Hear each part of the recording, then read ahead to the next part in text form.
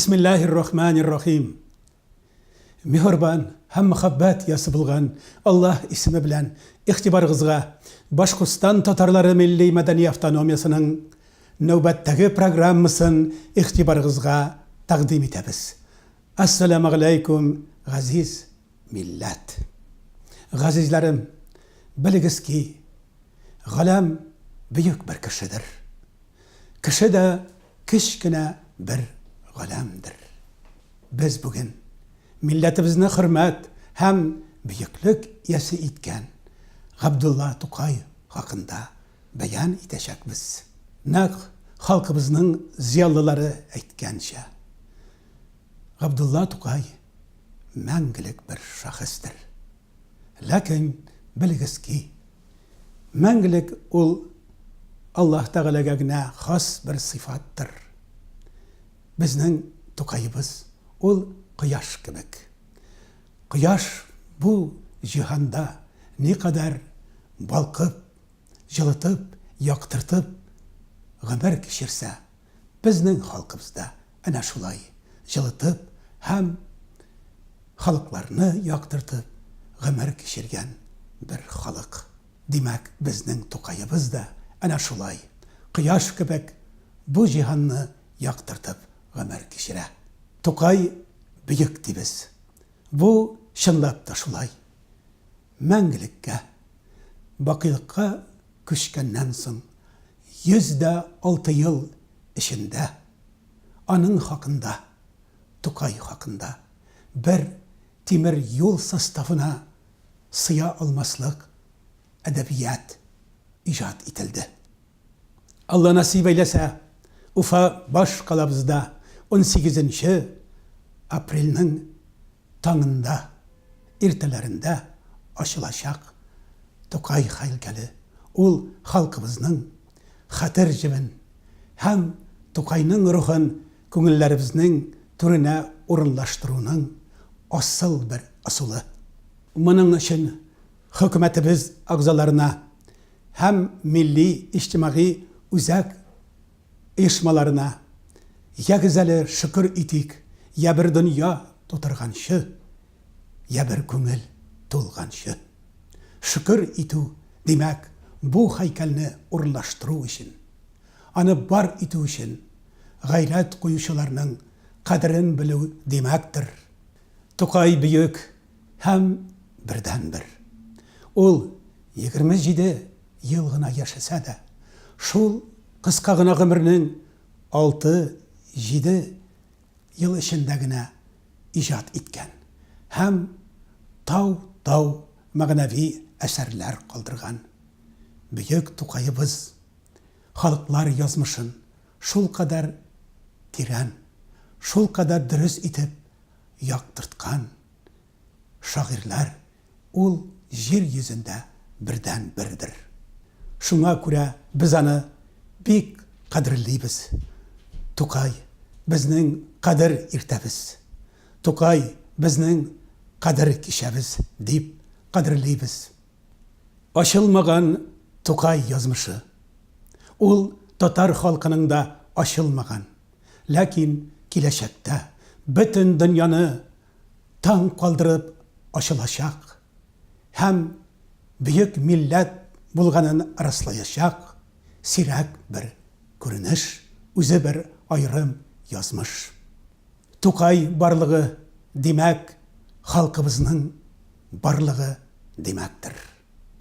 Ачылмаган Тукай язмышы ул бөтен татар халкының да ачылмаган.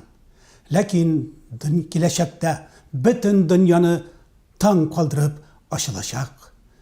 Аның бөек милләт булганын раслаган сирәкләрдән сирәк бер күренеш.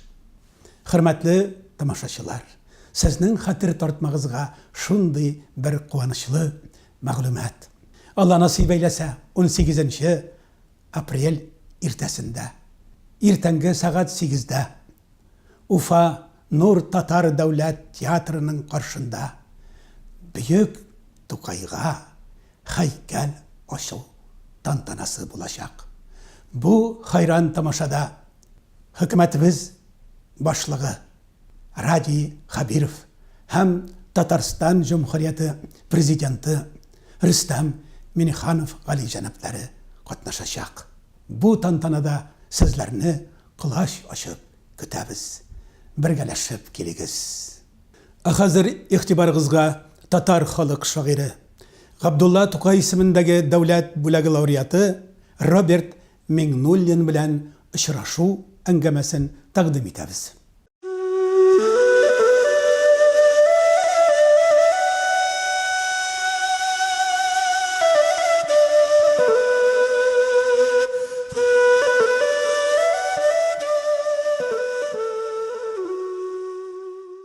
Хөрмәтле тамашачылар, бүген Мәхтәбәр шәхесләребез рубрикасында Татарстанның халык шагыйре, милли мәдәниятебезнең әдибе Роберт Миңнуллин. Хуш килдегез безнең студиябызга. Исәнбез. Риза Фәхретдин хәзрәтләре милли әхлагы булмаган милләтнең мәдәнияте дә булмас дигән. Аллаһ галимебезнең фикре әлбәттә мөхәддәс. Сез менә татар профессиональ әдәбиятының белгече йылдызы буларак Риза Фәхретдиннең бу фикерләрен шушы заманда ничек фикерлисез?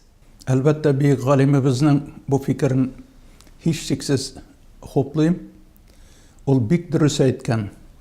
Заманан сынагына күрә түгел, гомумән нинди генә заманда, нинди генә җәмгыятьтә яшәсәк тә, ул әхлак, милли әхлак, ул яшәешебезнең нигезе булырга тиеш. Әлбәттә, без төрле чорларда яшәдек. Менә без сезнең белән совет чоры балалары. Аның үзенең плюслары, минуслары бар иде. Тәрбия ягыннан, әхлак, мәгариф ягыннан, әлбәттә, дин ягыннан инде ул бөтенләй кире тәсир иткән чакларда булды.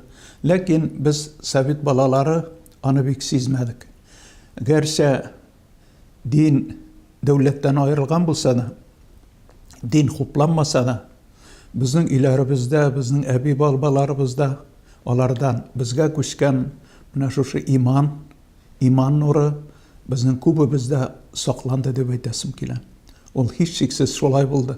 Әгәр дә менә дөньялар үзгәргәч, совет чоры беткәч, яңа формацияга күчкәч, без инде дингә килгәнбез икән, өлкән буын гына түгел, яшьләр дә, димәк, совет чорында да безнең күңелләребездә, җаннарыбызда иман нуры булган дигән сүз. Ул милли рух белән турыдан-туры бәйләнгән әйбер. Менә сез бик фәһемле итеп заманны, чорларны фикердән кичердегез. Менә әһли ислам галимнәребез заманны, чорны яманламагыз. Заман телгә килсә, хурланырсыз дигән. Менә бу төшенчә әдипләр, әдәбиятыбыз белгечләре күзлегеннән ничек фикерләнә? Безнең дә язучыларыбыз, шагыйрьләребез төрле. Менә шушы 90-нчы елларда совет чорын сүгеп, тиргәп, каргап килүче язучылар да булды. Ләкин мин күңелем белән нәкъ шул чорда үскән, туган, тәрбия алган кеше буларак минем телем әйләнмәде шул чорны сүгәргә. Әлбәттә, тәнкыйть сүзләре дә булгандыр. Аларның плюсларын да табарга тырыштык, минусларын да табарга тырыштык. Менә мин гап-гади бер авыл малае. Минем әнием әткәй мәрхүм булгач, партия сафларына керде. 5 бала белән коммунист булды. Ләкин ул шул кадәр чын коммунист иде. Бирелеп, күңеле белән коммунист ул аңлый иде гаделлек өчен көрәшүчеләр дип. Менә әнкәйнең күңелендә, тәрбиясендә, безгә биргән тәрбиясендә гаделлек рухы сакланып калды. Менә мин әнкәйне шул хәтле хөрмәт итәм, шул чор өчен. Ләкин аның телендә Алла дигән сүз еш кабатланды. Коммунист булса да. Ул бик күп коммунистлар да шулай, дөресен әйткәндә. Андыйлар бик күп иде. Шуңа күрә менә ул чор ниндидер бер күчеш чорына, шушы чорга күчеш чоры булган иде. Нишлисең? Җәмгыять, ул гади кешеләр фәрманыннан, теләгеннән генә тормый җәмгыятьтәге үзгәрешләр. Ул без шул үзгәрешләрдә яшәргә мәҗбүрбез. Һәм азмы күпме яраклашырга да мәҗбүрбез. Яраклашмый булмый, гел җәмгыять белән ызгыш талаш белән яшәп булмый бит. Кешенең күңелендә тынычлык, иминлек, урысча әйтсәк, комфорт булырга тиеш. Шул вакытта гына кеше үзен бәхетле итеп хис итә. Әгәр шул булмаса, ул гомер буе ниндидер бер эчке бер киеренкелек белән, эчке бер ризасызлык белән яшәргә мәҗбүр була. Ә ул алай булырга тиеш түгел. Тормыш ул теге кыл бишне, димәк, ука бишне, бетер эшне генә түгел. Әлбәттә. Менә Мөкаддәс китабыбыз Коръәндә мондый фикерләр ята. Син иманыңнан булган гамәлләреңне күрсәт. Ә менә мин гамәлләремә күрә иманыңның көчен әйтермен дигән. Бу бер аят, күрәсез. Тагы да шундый хадис шәрифләр дә бар. Бер гыйбадәт кылмаган яки намаз укымаган димәк. Мул куллы кеше, юмарт кеше, оҗмахка якынрак икән, гыйбадәт кылып та бик саран булган кешедән. Менә шушы хакыйкатьләр безнең милли әдәбиятыбызда ничек гәүдәләнә? Мин төгәленә мисаллар китерә алмыйм хәзер. Менә күптән түгелне без үзебезнең бөек якташыбыз, Татарстанның халык язучысы Әмирхан ага Янекинең 110 еллыгын бәйрәм иттек. Бик матур кичә булды. Менә шул кичә алдыннан мин аның бөтен әсәрләрен күңелем аша уздырдым. Менә ул безнең чын мәгънәсендә бөек язучыбыз. Татар тормышын ихлас, җентекләп, бертөкләп укучыга җиткерә торган язучыбыз. Менә аның теле матур диләр. Ул матур дигән сүз бернәрсәне дә аңлатмый. Ул чын мәгънәсендә бөек тел. Татарыбызның бөек телен укучыларыбызга җиткергән. Ул телдә менә халыкның бөтен тарихы, бөтен эчке кичерешләре, бөтен газаплары, шатлыклары, бәхетләре, кайгылары шул телгә сыйган.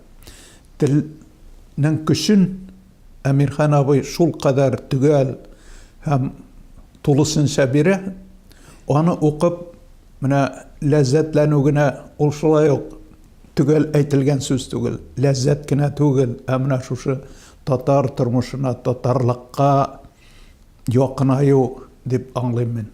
Менә Әмирхан аганың яшәү рәвеше, аның иҗатындагы конфликтлар, сюжетлар нәкъ менә шул иманга кайтып кала, дөрес яшәүгә, кешелекнең, әйтик, мөселман халкының кыйммәтләрен яктырта.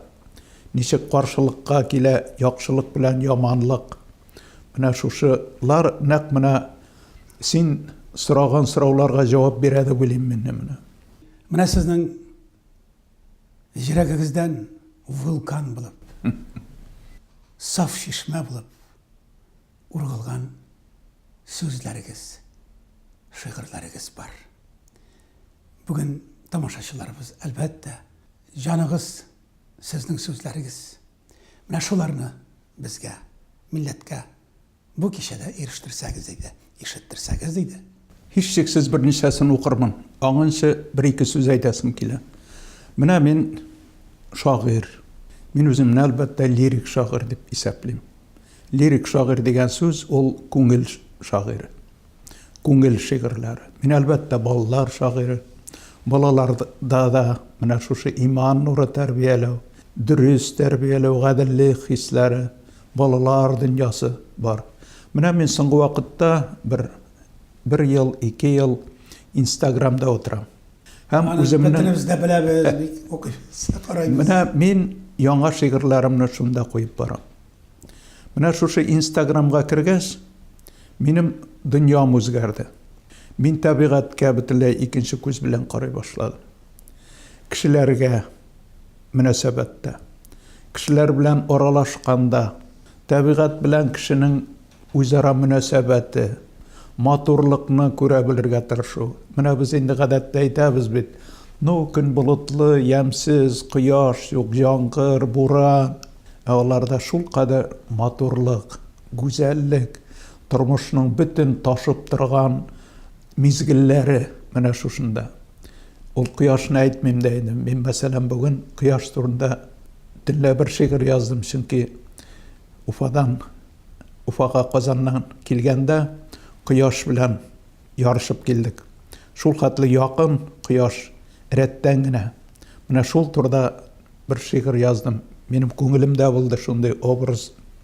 Мин инде каләмемне кояшка манып шушы шигыремне язам дип инде. Үзем ашады. Ул менә шушы Instagram дигәннән укучы белән аралашырга кирәк бит. Менә китап бар, кагаз китап. Ул китапны шагыйрь 2-3 елга бер чыгарырга мөмкин. Син шигырь язасың, өстәлгә куясың. Аны бер газета журналга бирергә мөмкин. 2 айдан соң, ярты елдан соң, берәр елдан соң чыгарга мөмкин. Китаплар 4-5 елдан соң чыгарга мөмкин. Ләкин шагыйрьгә стимул кирәк. Көч өстәп торырга кирәк. Менә мин шигыремне язып бетерәм, элеп куям 5 минуттан. 10 минуттан миңа сүзләр килә башлый. Кемдер ошата, кемдер гаебен дә табарга мөмкин, ләкин укыйлар. Иң мөһиме, синең язганыңны укучы укый. Укучыга барып җитә синең хисләрен. Инде шигырь бер язылгач, ул синеке түгел. Ул укучыныкы. Ул халыкныкы, милләтнеке. Тагын язарга кирәк. Укучы, минем инде укучыларым 30 меңгә якын. Алар миннән шигырь көтә. Мин җаваплы кеше буларак, аларның көткәнен беләм һәм мин язарга мәҗбүр булам. Хәтта кәефем булмаса да, вакытым булмаса да, башка әйберләр белән шөгыльләнсәм дә, ләкин теләсәң, вакыт табарга була. Теләсәң, шигырь языла һичшиксез. Шуңа күрә инде менә минем укучылар белән аралашуым укучыга гына кирәкме, минем үземә дә кирәк. Шагыйрьгә элемтә кирәк. Менә без инде совет чорында бик рәхәт заманда яшәдек. Укучыларыбыз күп, китапларыбызның тиражлары зур, укыйлар, очрашуларга барасың, яраталар, рәхәт. Менә соңгы 1-нче дистә елда китаплар укылмый. Тиражлары 1500, гомумән 2 арада үзеклек килеп чыга башлады. Мин моны бик авыр кичердем. Бик авыр кичердем, чөнки мин бит укучы өчен язам. Укучың булмагач син кемгә кирәк? Роберт Мөгаллимович, шулай да бит заман галимнәре мондый фикерне гәүдәләндерергә тырышалар. Китап укучылар һичшиксез телевизор карап утыручылар өстеннән җитәкчелек итәчәкләр. Диләр. Бу фикерне сез ничек куәтлисез? Әлбәттә инде, без ниндидер бер әйттем бит, күчеш чорында яшибез. Булгавыр, ыгы-зыгылы, шаушулы, ниндидер аңлашылып бетмәгән чорда яшибез. Менә заман техникасы килеп керде. Аны кая куясың? Ул бит килеп керде. Менә хәзер без балаларны телефоннан аерга дибез, инде җитди кыяфәт чыгарып, балаларны телефоннан аерып булмый хәзер. Олыларны да аерып булмый. Бөтен галәм шушы телефон эчендә. Әйбәте дә бар, анда начары да бар, күңелеңә кирәк әйберләрдә, информацияларда, бөтенесе анда бар. Изләп табарга гына кирәк. Әйбәтен изләп табарга кирәк. Үзеңә нәрсә кирәк, шуны изләп табарга кирәк. Шагыйрьгә нәрсә кирәк? Анда бөтенесе дә бар. Иң мөһиме анда, бу телефонда шагыйрь Роберт Миңнуллин шигырьләре бар. Бу бик зур казаныш дип уйлыйм мин. Әгәр заманның шушы техникасын үзебезгә файдаланырга кирәк. Үзем өчен генә түгел, милләт файдаланырга тиеш шушыннан. Шушы яңалыктан. Артка калмаска кирәк. Менә татарның бик нәе бар. Артта калмаска тиеш татар башкалардан, заманнан һәм үзеннән үз артта калмаска тиеш татар. Ул бик куркыныч әйбер, ул бит әле 20 елдан нәрсә буласын без белмибез. Әгәр шушы чорга күнсәң, шушы чорча яшәсәң, алда 20 елдан соң да яшәргә җиңелрәк була. Ә менә без бу чорда бер нәрсә дә эшләми, без телефонга калдык инде дип куркышып утырсаң, алда тагын да кыенрак булачак.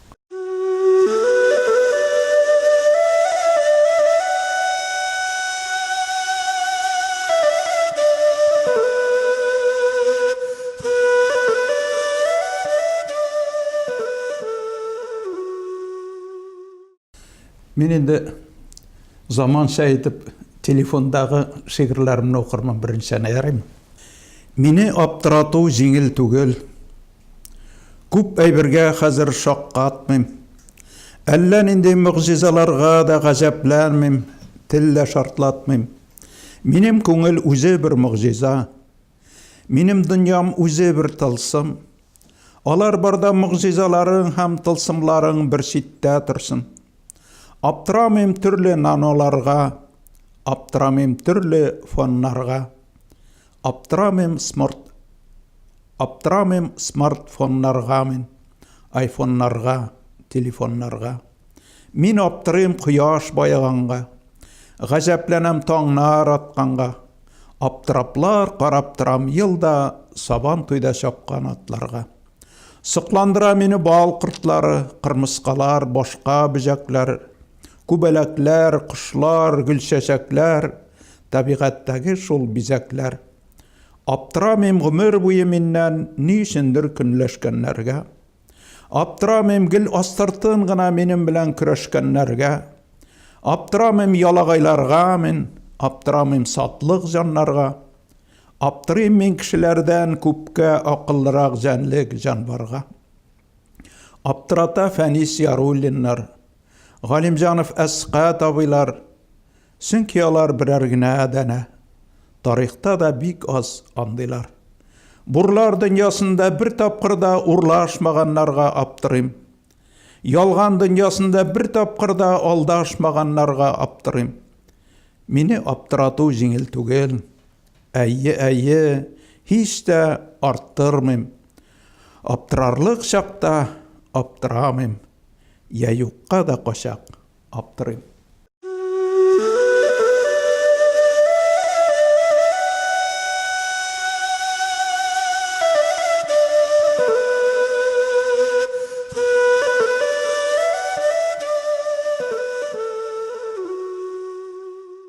Роберт Мөгалимович, менә 21 гасырны шундый фитнә чорнап алды.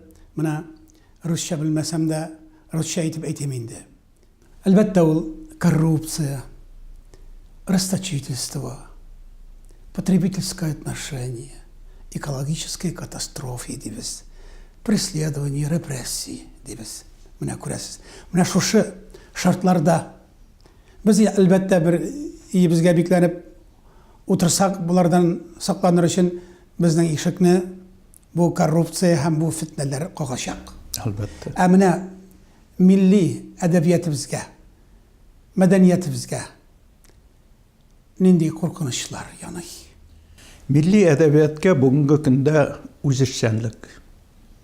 Менә ул сәнгатьтә дә шулай, эстраданы мен әйтеп тә тормыйм. Зур кызганычка каршы әдәбиятыбызда да үзешчәнлек басып ала башлады. Әдәбиятка, зур әдәбиятка, зур шагыйрьләргә бәя бирү бетте. Мин монда объектив, гадел бәя турында. Мәсәлән, бездә тәнкыйть, бүгенге тәнкыйть юк дәрәҗәсендә. Ул дөрес түгел. Чөнки әгәр синең зур әдәбиятың бар икән, зур әдәбиятта әлбәттә бөек әсәрләр дә бар, уртачалар да, халтура да булырга мөмкин. Ләкин һәрбер язучыны, һәрбер әсәрне үз урынына утыртырга кирәк. Әгәр инде ул халтура икән, аны бөтен укучылар да белергә тиеш. Менә бу халтура. Әйтергә кирәк. Әгәр кемнеңдер халтура укыйсы килә икән, укысын. Ләкин укучы белергә тиеш аның пүчтәк әйбер икән. Бөек язучылар, Әлбәттә, менә мен уйлаган бар. Язучы шагыйрь генә талантлы булырга тиеш түгел, укучы да талантлы булырга тиеш. Һәрбер шагыйрьнең үзенең талантлы укучысы булырга тиеш. Мин инде бөтен татарлар да шигърият яратадыр дип уйламыйм. Бөтен татарлар да шигырьне, чын зур илаһи шигъриятны аңлыйлардыр дип уйламыйм. Ләкин андыйлар күп. Аларга әйбәт продукция бирергә кирәк, шигъри продукцияны әйтәм мин. Ә бездә менә шушы халтура, ярым үзешчән китаплар, шигырьләр баскан икән. Гади халык менә бу чын шигърият икән дип уйлый башлый. Аның зәвыгы бозыла. Аның фикерләре тупаслана, менә шушы китап дәрәҗәсенә төшәргә мөмкиннәрләр. Шуңа ни өчен безнең классикларыбыз бар. Классикларыбызга әйләнеп кайтырга кирәк. Менә кайберәүләр әйтә, ну бу совет чоры язучысы, совет чоры шагыйре дип. Ә бит ул вакытта да безнең прозаиклар әйтик, шул чордагы татар тормышын язганнар. Әле еллар узар, 100 елдан соң шул романнар, повестлардан каралы татарлар менә шулай яшәгән икән дип тарихны укырга мөмкиннәрләр. Этнографияны укырга мөмкиннәр. Тел гыйлемен менә шушы китаплардан укырга тиешләр. Әйне ниндидер социалистик реализм булган икән, ну нишлисең инде, шундый метод булган, зыян юк, ләкин алар реаль тормышны чагылдырганнар. Менә совет чорында шулай яшәгәннәр. Ул инде тәнкыйди караш булырга мөмкин, 50 елдан соң булсын, хикмәт анда түгел бит. Ләкин шундый менә багана, алтын баганалар булган, прозаиклар булган. Менә аларны укучыга җиткерергә кирәк. Шул вакытта гына безнең укучыларыбыз менә шушы нәрсәнең алтынның алтын икәнен, бакырның бакыр икәнен аңларга мөмкиннәр. Роберт Мөгаллимович, әлбәттә безнең тыңлаучыларыбызга сезнең шигырьләрегез тансык. Алар шынлыкта күңелләрдән күңелләргә тәрәзә ачалар, йөрәкләрдән йөрәкләргә ишек ача торганнары бар. Сез халкыбызның яраткан улы, чөнки яратмаслык түгел. Рәхмәт. Йөрәгегезнең саф җиреннән чыккан фазыл чишмәсе булырдай шигырьләрегезне зинһар бүләк итегез инде. Әлбәттә.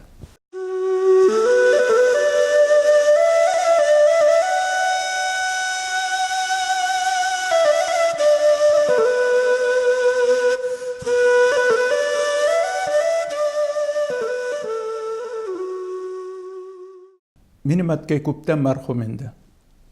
Аңа 41 яшь иде. Менә узган ел аның тууына 100 ел тулган булыр иде. Мин 5нче класста укый идем. Менә гомерем буе мин шул әткәйне сагынып яшим. Минем бик күп җырларым әнкәйгә багышланган, шигырьләрем әнкәйгә багышланган.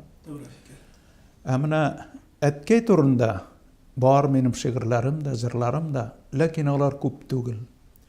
Ну шулай килеп чыкты инде. Мин аны ныклап белмим, балачак хатирәләре генә.